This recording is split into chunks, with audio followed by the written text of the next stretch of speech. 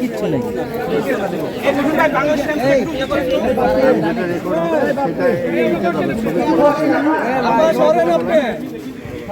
আমরা আসলে সত্যি অনেক মন খারাপ নিয়ে আমি জানি ভাই বোনেরা আপনাদের প্রত্যেকের মনটা খারাপ, আকাশটা খারাপ, বৃষ্টি পড়ছে। আমি আজকে দাঁড়িয়েছি আমি একজন মা, মা হিসেবে পৃথিবীর কোনো মা, কোনো বাবা, কোনো অভিভাবক কোন সন্তানের মৃত্যু কামনা করতে পারি না, করি না। প্রাকৃতিক মৃত্যু আমরা কামনা করি না, সেখানে এইভাবে অবমৃত্যু সেটা মেনে নেওয়া একজন মা হিসেবে সত্যি অনেক কষ্ট। প্রত্যেকের ছাত্র সন্তান প্রতিদিন হত্যা বিচার চাই। সাধারণ মানুষ যারা খেটে খাওয়া তাদের হত্যার বিচার চাই।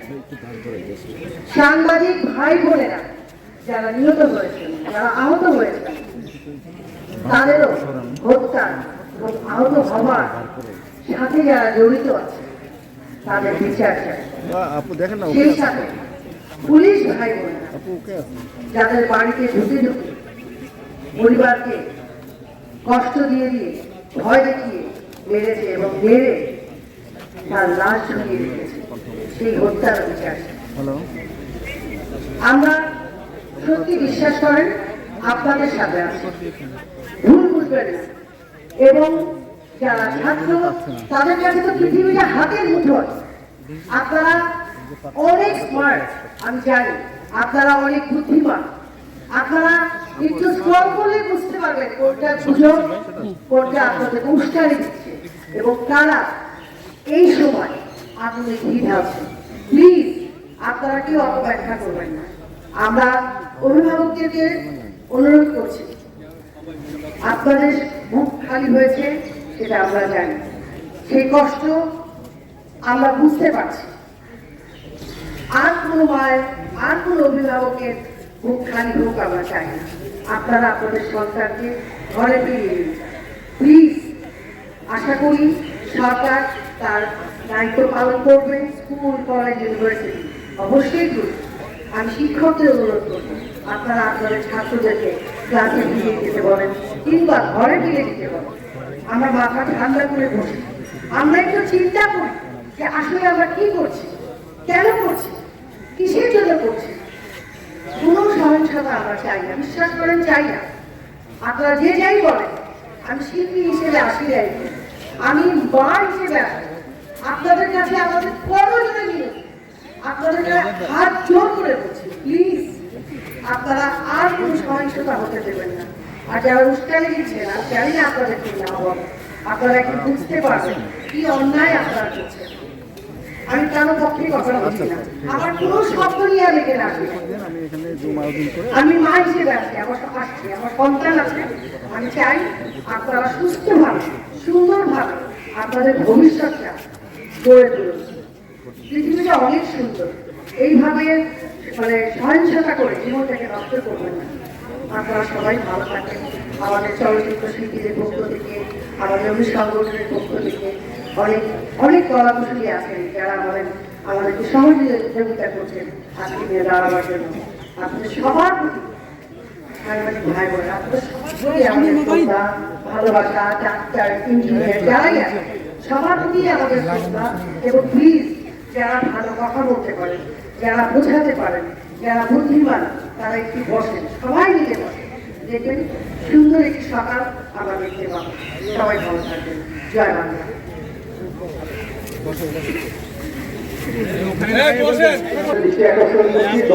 সমাজের ব্যক্তিত্বরা আছে, সবাই কথা বলবেন। আমি আপনাদেরকে করজোড়ে আহ্বান জানাচ্ছি আমাদের আজকের এই কর্মসূচি সফল করবার জন্য আপনাদের কাছে বিনীতভাবে আহ্বান জানাচ্ছি।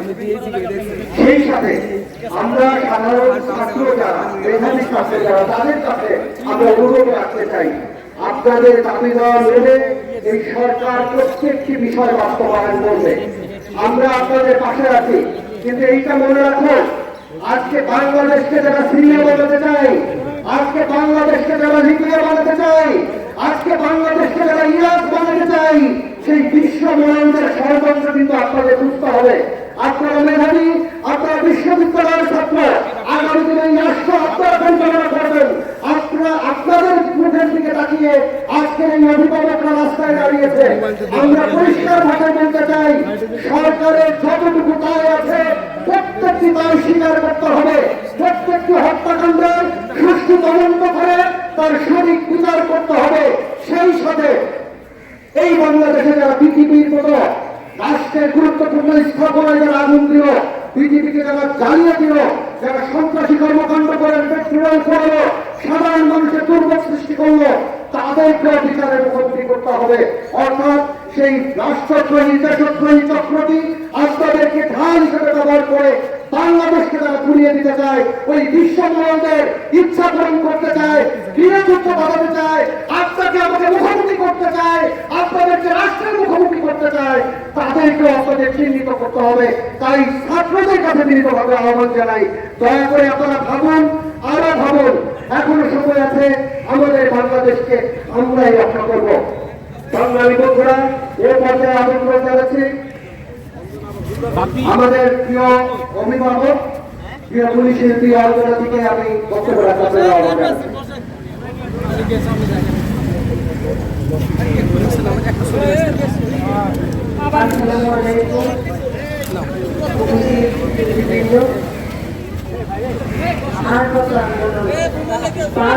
শুরু হয়েছে, থেকে আন্দোলন করতে করতে করতে এই পর্যন্ত গেল 71-এর পর আবার কিসের আন্দোলন?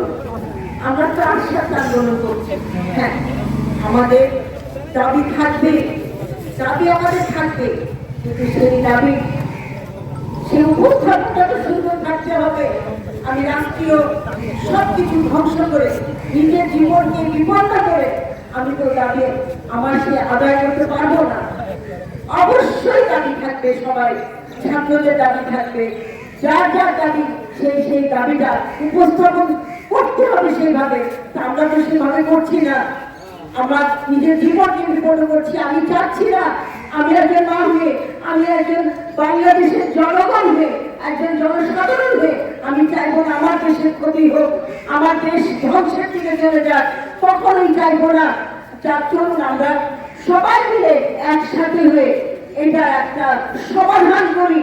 আমরা সরকারের প্রতি অনুরোধ, উনি দেখছেন, আমাদের মাননীয় প্রধানমন্ত্রী, আমাদের সরকার দেখছেন কোথায় কি হয়েছে, এর পিছনে কারা আছে আমরা কি জানি না? আপনারাও জানেন, আমরাও জানি। ঢাল কারা? ঢাল হচ্ছে আমাদের ছাত্রছাত্রীরা, ঢাল। তার পিছনে কারা কাজ করছে? বহুদিন ধরে এই ষড়যন্ত্র চলছে, এই ষড়যন্ত্র আর চলবে না। যেভাবে হোক আমি অনুরোধ করবো, আমি ছাত্রছাত্রীদের তোমাদের প্রতি অনুরোধ থাকবে, তোমাদের নিজের জীবনকে বিপন্ন করো না।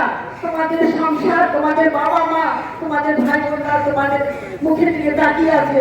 তোমরা আগামী ভবিষ্যৎ, আগামী দিনের দেশের ভবিষ্যৎ তোমরা।